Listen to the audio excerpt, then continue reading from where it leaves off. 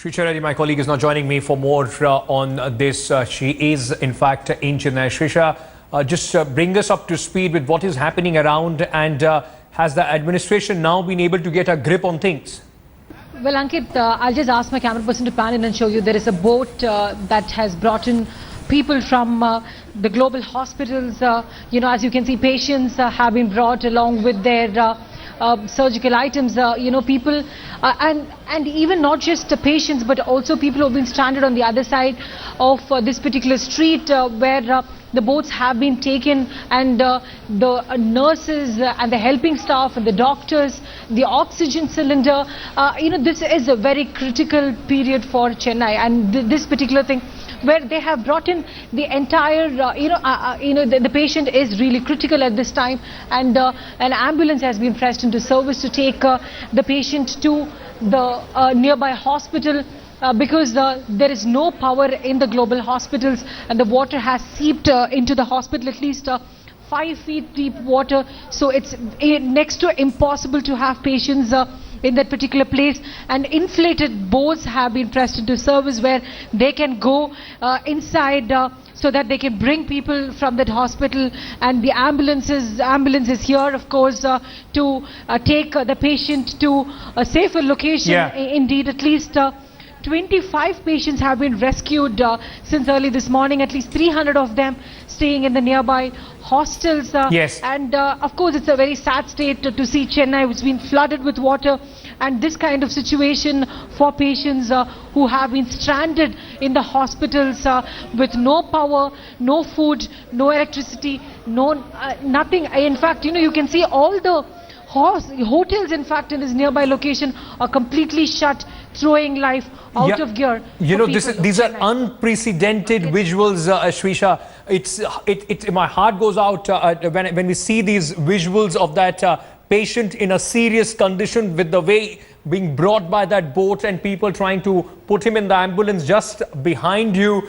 This also now increases, for patients like these, a chance of risk. Their medical condition can in fact worsen.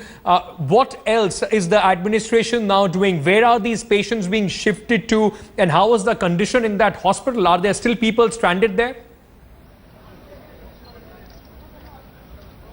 Well, of course, yes, Ankit, people are still stranded there, but all critical patients have been brought to the nearby hospitals here, because there are hospitals here as well. But the most difficult situation is that the road that leads to the hospitals that are on the other side of the city is also flooded. So it's, of course, a critical time for these patients to also travel from this part of the city to the other. But however, the fire and the rescue personnel and the local police and the army have been working to bring the patients very safe, because it's not so easy to maneuver in this particular area, because there are a lot of barricades, there are speed breakers on the roads that we are standing, because they're really not sure which way this entire road stretches. And of course, it's also raining. I just request, can I just request you to ask your camera person?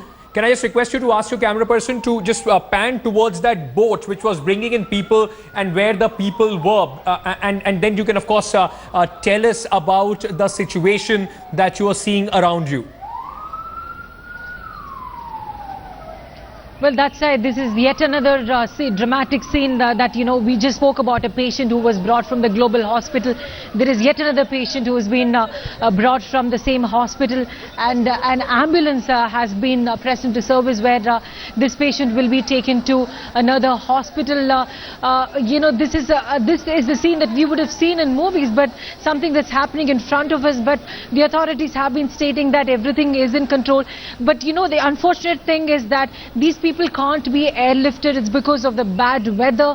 It's because of the condition of this entire places. And of course, boat is the only way to bring the patients from that place. And even the inflated boats cannot maneuver in these places. Only the motorboats that have been pressed into service. But again, it is of course a critical situation for these fishermen who really know how to work this out. But however, the roads, there are a lot of barricades that have fallen on the roads, so which is really worrying those fishermen to maneuver in these areas. As I pointed out, that there were speed breakers on the roads, and there are a lot of roads where the gates have been broken. Yeah. The electricity boards are put out, the transformers have fallen.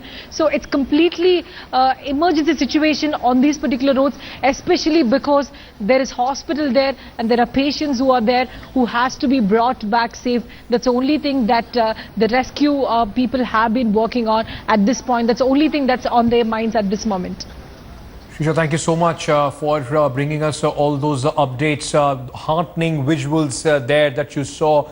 A hospital is inundated. Boats have been pressed to get the critical patients out, and you could see all those oxygen cylinders, other machines being carried with those people and them being put in an ambulance. Grave situation there in Chennai. Well, at least 30 teams of NDRF have been pressed into rescue operations. Apart from the civilian force, all three wings of the armed forces have also been deployed in the coastal areas of Tamil Nadu. 2 columns of Army's Garrison Infantry Battalion are on the ground and have helped in rescue efforts in Guduvancheri, Udakam and Manipakkam.